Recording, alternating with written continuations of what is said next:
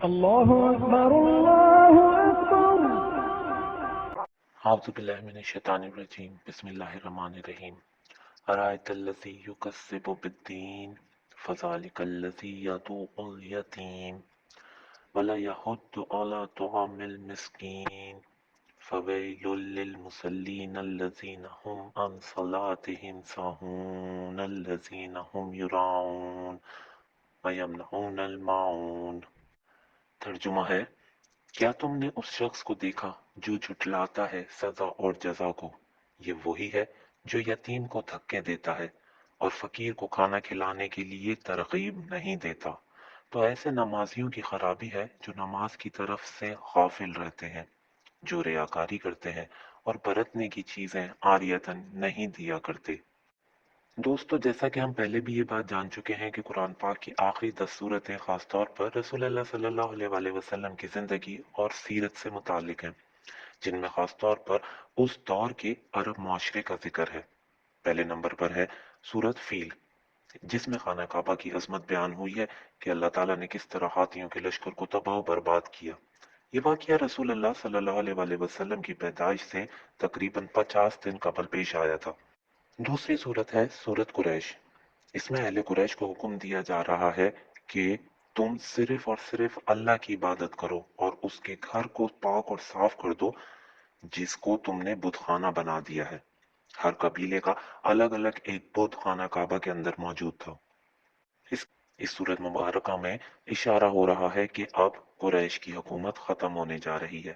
خانہ کعبہ کی حرمت، اس کی اصل حقیقت، اس کی اصل حالت میں بحال ہونے جا رہی ہے، اور یہ کام سر انجام پائے گا اللہ کے رسول صلی اللہ علیہ وآلہ وسلم اور آپ کے ساتھیوں کے ہاتھوں سے۔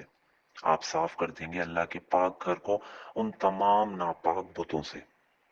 اگلی صورت ہے سورت المعون، جس کی ابھی ہم نے تلاوت اور ترجمہ کیا ہے۔ اس صورت میں خاص طور پر عرب معاشرے میں پھیلی ہوئی برائیوں کا ذکر ہے۔ پہلی 3 آیتوں کا ترجمہ ہے، کیا تم نے اس شخص کو دیکھا جو جھٹلاتا ہے سزا اور جزا کو؟ یہ وہی بدبخت ہے جو یتیم کو دھکے دیتا ہے اور فقیر کو کھانا کھلانے کے لیے ترغیب نہیں دیتا۔ اللہ کے رسول صلی اللہ علیہ وآلہ وسلم نے جب دعوت تبلیغ کا آغاز کیا تو ان لوگوں کو مرنے کے بعد کی زندگی کے بارے میں بتایا کہ جنت اور جہنم بھی کوئی شے ہے۔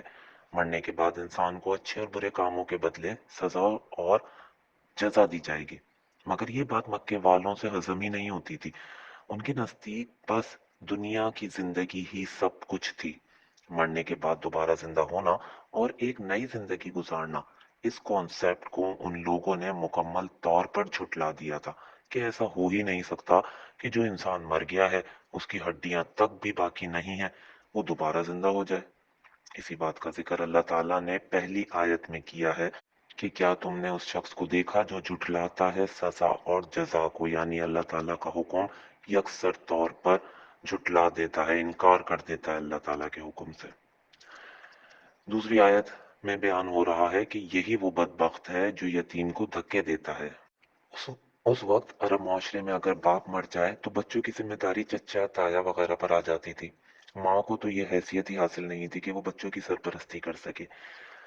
اب اگر باپ کوئی جائیداد یا مال وغیرہ چھوڑ کر گیا ہے تو اس پر بھی چچا تایا ہی قبضہ کر لیتے تھے۔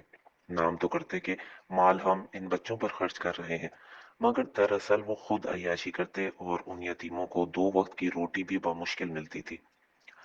آگے تیسری آیت میں ان لوگوں کی ایک اور خرابی کی طرف اشارہ ہو رہا ہے کہ اور فقیر کو کھانا کھلانے کے لیے ترغیب نہیں دیتا، یعنی وہ لوگ غریبوں میں اپنا مال کبھی بھی نہیں بانٹتے تھے، حتیٰ کہ ان غریبوں کو روٹی تک بھی نہیں کھلاتے تھے، اور جب خود یہ کام نہیں کر رہے تو کسی اور کو کیا ترغیب دیں گے ایسا کرنے کی؟ نہ خود کرتے، نہ ہی کسی اور کو کرنے دیتے، یعنی نہایت کنجوس تھے کہ صدقہ خیرات کے طور پر بھی غریبوں کو کچھ بھی نہیں کھلاتے تھے۔ اگلی 3 آیتوں میں ذکر ہو رہا ہے کہ وہ کس طرح کی نماز ادا کیا کرتے تھے۔ آیت نمبر 4، 5 اور 6 کا ترجمہ ہے، تو ایسے نمازیوں کی خرابی ہے جو نماز کی طرف سے غافل رہتے ہیں، جو ریاکاری کرتے ہیں یعنی نمائش کرتے ہیں۔ ان آیات سے یہ اندازہ تو لگایا جا سکتا ہے کہ رسول اللہ صلی اللہ علیہ وآلہ وسلم کے اعلان نبوت تک عرب معاشرے میں نماز کا تصور موجود تھا، مگر اس کی اصل شکل مکمل طور پر بگڑ چکی تھی، جیسا کہ سورۃ الانفال میں بھی ذکر ہے، آیت نمبر 35 میں، اور نہیں ہے ان کی نماز بیت اللہ کے پاس سوائے سیٹیاں بجانا اور تالیاں پیٹنا۔ اب یہاں اشارہ صرف عرب معاشرے کا ہی نہیں بلکہ آج کل کے نمازی کی طرف بھی ہے۔ الحمدللہ اللہ نے جو ہمیں نماز سکھائی ہے، ابھی تک اس امت میں نماز کی وہی شکل برقرار ہے جو رسول اللہ صلی اللہ علیہ وآلہ وسلم نے اللہ کے حکم سے ہمیں سکھائی، مگر اس کی وہ روح باقی نہیں رہی، نہ تو اللہ کے سامنے کھڑے ہونے کا وہ جذبہ رہا جو صحابہ کرام کے دور میں تھا، اور نہ ہی وہ تڑپ۔ ان 3 آیات میں دراصل اس نمازی کا ذکر ہے جو وقت پر اپنی نماز ادا نہیں کرتا۔ جب نماز کا وقت ہو تو دنیاوی کاموں میں لگا رہتا ہے، یہاں تک کہ آخری وقت ہو جائے تو پھر بھاگ کر جلدی جلدی نماز ادا کر لے۔ ایسے نمازی کو غافل کہا گیا ہے۔ یا تو جلدی جلدی ادا کر لے، یا پھر ادا ہی نہ کرے کہ چلیں جب وقت ملے گا دیکھیں گے، کل دیکھیں گے، پرسوں دیکھیں گے۔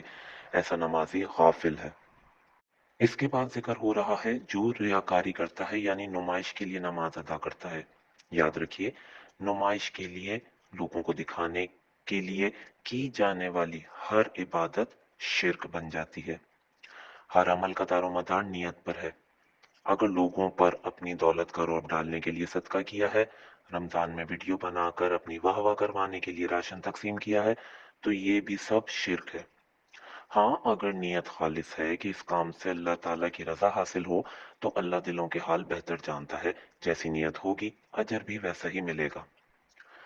سورۃ المعون کی آخری آیت کا ترجمہ ہے، اور برتنے کی چیزیں عاریتن نہیں دیتے، یعنی ان کی پستی اخلاق کا یہ عالم تھا کہ عام روزمرہ استعمال کی چیزیں جیسے نمک مرچ وغیرہ بھی ایک دوسرے کو نہیں دیا کرتے تھے۔ یعنی عرب کے لوگ اس قدر کنجوس تھے، اپنا مال اس طرح اپنے پاس چھپا کر رکھتے جیسے قبر میں ساتھ لے کر جائیں گے۔ معون کہتے ہیں روزمرہ استعمال کی چھوٹی موٹی چیزیں، جیسے پڑوسی وغیرہ آپس میں لے لیا کرتے ہیں۔ اللہ تعالیٰ سے دعا ہے کہ وہ امت محمدیہ کو ان تمام برائیوں سے بچا کر رکھے، آمین۔ وآخر دعوانا ان الحمد للہ رب العالمین۔